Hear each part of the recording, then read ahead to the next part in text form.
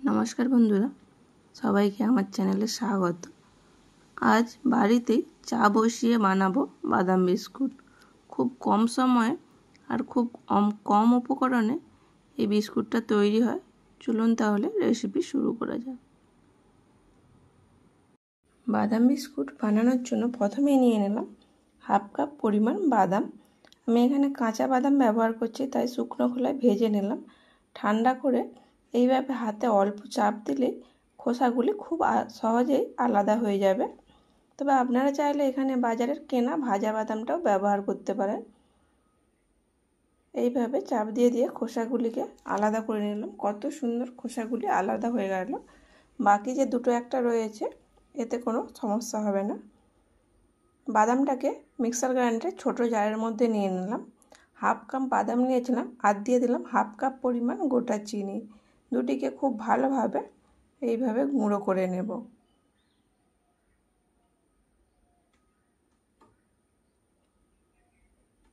আবারও একটু নেড়ে চেড়ে গ্রাইন্ডারে দিয়ে আরও একবার ঘুরিয়ে নিলাম। একেবারে মিহি করে গুঁড়ো করে নিতে হবে। অপরদিকে মিক্সিং বোলের মধ্যে একটি ছাঁকনি বসিয়ে দিয়ে দিলাম 1 কাপ পরিমাণ ময়দা আর দিয়ে দিলাম 2 চামচ পরিমাণ গুঁড়ো দুধ। গুঁড়ো দুধটা অবশ্যই দেওয়ার চেষ্টা করবেন, তাহলে বিস্কুটটা খেতে অনেকটা টেস্টি হবে। 1 চামচ পরিমাণ দিয়ে দিলাম বেকিং পাউডার। এখানে আমি বেকিং পাউডার ব্যবহার করছি, কোনো রকম বেকিং সোডা ব্যবহার করছি না। দিয়ে দেব 1 চিমটি লবণ।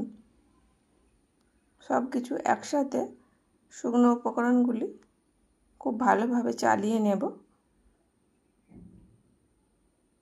অবশ্যই শুকনো উপকরণগুলি এইভাবে চালিয়ে দেবেন, যেন কোনো ডেলা না থাকে, তাহলে বিস্কুটটা কিন্তু খেতে সুন্দর হবে না।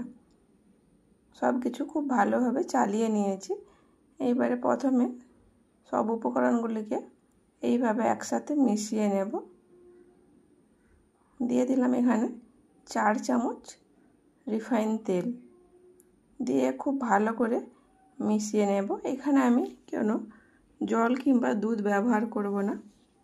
যতটা বাদামের তেল রয়েছে বাকিটা রিফাইন তেল দিয়ে এইভাবে মেখে নিলাম। আমার এখানে আরও 1 চামচ তেল আমি পরে দিয়েছি, তবে ডোটা তৈরি হয়েছে। ডোটিকে ঢেকে কিছুক্ষণের জন্য রেস্টে রেখে দেব। ততক্ষণ যে থালাতে আমি বেক করব, আমি এখানে উনানে বেক করব, তাই থালার মধ্যে আগে থেকে এইভাবে তেল লাগিয়ে নিলাম।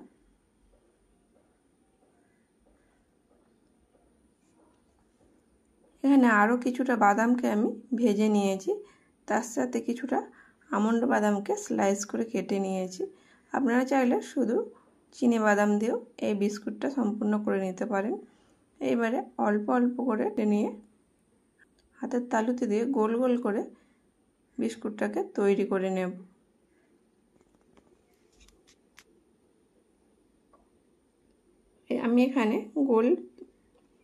আমি এখানে বিস্কুটগুলিকে গোল তৈরি করেছি। আপনারা চাইলে চৌকো আকারেও তৈরি করে নিতে পারেন। এইভাবে হাতের সাহায্যে সাইডগুলি একটু সমান করে নেব। যেহেতু জল কিংবা দুধ দেওয়া হয়নি, বিস্কুটের সাইডগুলো ফেটে যাবে, এতে ভয়ের কিছু নেই। এইভাবে বাদামগুলো দিয়ে একটু চেপে দেব। এইভাবে সব বিস্কুটগুলি তৈরি করে নেব।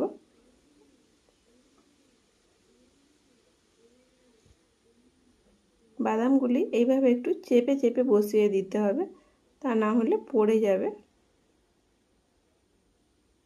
এর সাথে আটকাবে না। বিস্কুটের সাথে যদি না আটকায় তাহলে বাদামগুলি ছেড়ে পড়ে যাবে, তাই অবশ্যই এইভাবে আটকে দিতে হবে।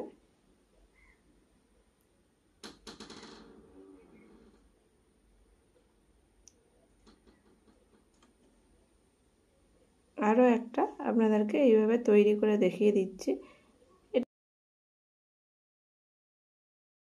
এটাকে বোঝানোর মতো কিছু নেই। নর্মালি যেইভাবে রুটি পরোটার জন্য লেচি কাটি, তার থেকে একটু ছোট করে এইভাবে কেটে নিয়েছি। তবে সাইজটা আপনারা আপনাদের ইচ্ছে অনুযায়ী রাখতে পারেন। এবারে ওপর থেকে বাদামগুলি এইভাবে চেপে চেপে আটকে দেব।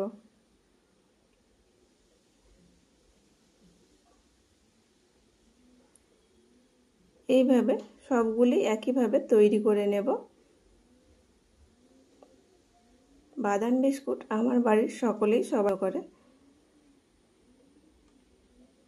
একটি কড়াকে আমি 10 মিনিট আগে প্রি হিট করে নিয়েছি। এবার কড়ার উপরে বসিয়ে দিলাম। কড়ার ওপর বিস্কুটের থালাটি বসিয়ে দিলাম। ঢেকে এটিকে লো আঁচে 20 থেকে 25 মিনিট বেক হতে দেব। 20 মিনিট পর দেখব যদি বেক হয়ে যায় তাহলে গ্যাসের চুলাটা অফ করে দেব। গ্যাসের চুলার আঁচটাকে একেবারে লোয়ে রেখে 20 মিনিট আমি বেক করে নিয়েছি। এইবার দেখে নেব বিস্কুটগুলি হয়েছে কিনা। আমি 2 মিনিট আগে চেক করেছিলাম,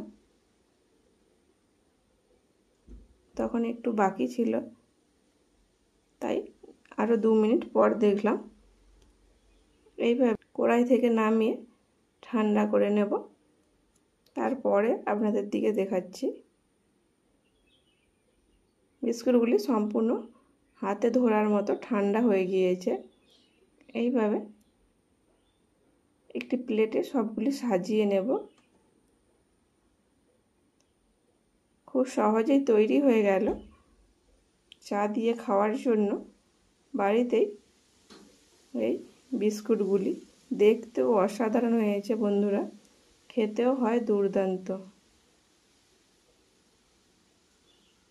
কতটা মুচমুচে হয়েছে তা দেখে বুঝতে পেরেছেন। ভেতরটাও কতটা সুন্দর বেক হয়েছে। একেবারে মুচমুচে, হাতে অল্প চাপ দিলেই একেবারে গুঁড়িয়ে যাচ্ছে।